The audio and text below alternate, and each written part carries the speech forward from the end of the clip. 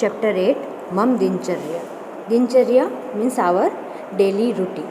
Language is the most important medium for the give and take of thoughts. We convey our daily routine to others only with the aid of language.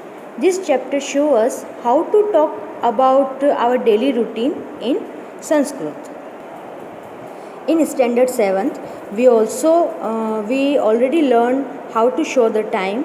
In this chapter, we show some different type of time. क समय, यहाँ पर आपको clock दी हुई है और उसमें समय दिया है. सबसे पहले हमने स्टैंडर्ड 6th में पढ़ा था वादनम एंड वादने. वादनम का मतलब होता है ओ क्लॉक और वादने का मतलब होता है 8 o'clock. इसी तरह से सार्ध वर्ड जो है वह 30 मिनट को शो करता है. सपात वर्ड 15 मिनट को शो करता है और पादोन वर्ड जो है वह 45 मिनट को शो करता है. कह समय, क्या समय हुआ है. जो आपका आवर हैंड है वो 2 और 3 के बीच में है. आपका मिनट हैंड 6 पे है, मीन्स ये आपको 30 मिनट शो कर रहा है. तो जो मिनट होते हैं वो ऑलवेज हम पहले राइट डाउन करते हैं. तो हमने लिखा सार्ध द्विवादनम. वादनम मीन्स 2:32 o'clock. सार्ध मीन्स 30, 2:30. इसी तरीके से यहाँ नेक्स्ट क्लॉक में आपको 4 o'clock का टाइम दिखाया है जिसे हम संस्कृत में लिखते हैं चतुर्वादनम. 8:15 15 मिनट, जैसा कि मैंने आपको बताया 15 मिनट को शो करने के लिए सपाद वर्ड यूज़ करते हैं. तो सपाद पहले लिखेंगे और फिर लिखेंगे सपाद अष्टवादनम, मतलब 8:15 हुए हैं. सार्ध त्रिवादनम 3:30 एंड 45 मिनट को पादोन वर्ड से एक्सप्रेस करते हैं. तो हम यहाँ पर लिखेंगे पादोन नववादनम. जब भी हम संस्कृत में टाइम राइट डाउन करेंगे हमें यह ध्यान रखना है कि जो मिनट्स हैं वह पहले लिखेंगे, उसके बाद जो नंबर है वह लिखेंगे और उसके बाद ओ क्लॉक और 8 o'clock जो भी अकॉर्डिंग टू हमारे डेली रूटीन में या हमारे सेंटेंस में सेट होता होगा वह हम लिखेंगे. अब हमको यहाँ पर कुछ और टाइम दिए हैं. ये हमने जो है 15, 30 और 45 मिनट्स के बारे में पढ़ा.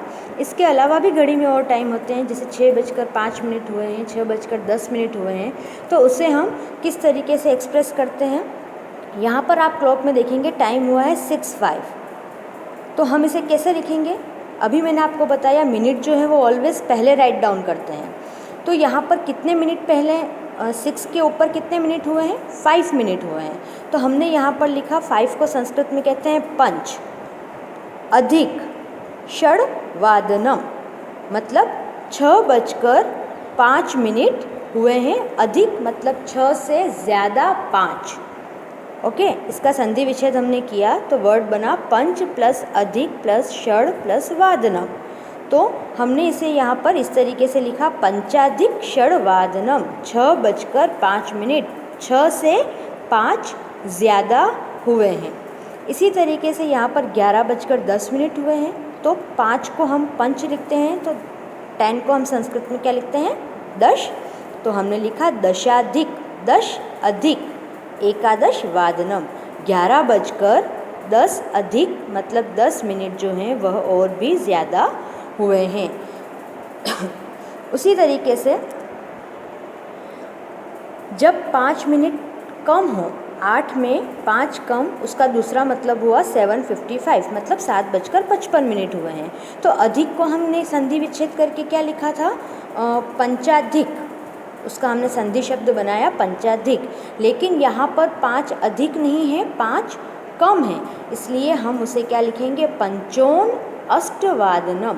अब यहाँ पर हमें यह ध्यान रखना है कि जब 5 या 10 मिनट बाकी होते हैं, मतलब वो जो नेक्स्ट टाइम है वही होता है. यहाँ पर हम 7 नहीं लिखेंगे, 8 ही लिखेंगे.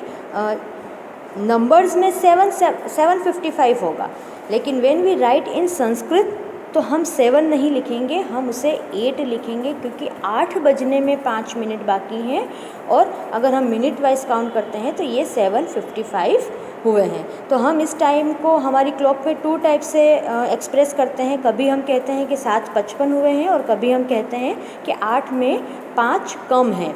तो संस्कृत में हम इसी तरीके से लिखेंगे कि पंचोन अष्टवादनम, 8 बजने में 5 कम हैं। इसी तरीके से जहाँ पर 10 कम है तो वहाँ पर क्या लिखेंगे, दशोन। अधिक को हमने लिखा दशाधिक और कम को हमने लिखा दशोन कितना, सप्तवादनम।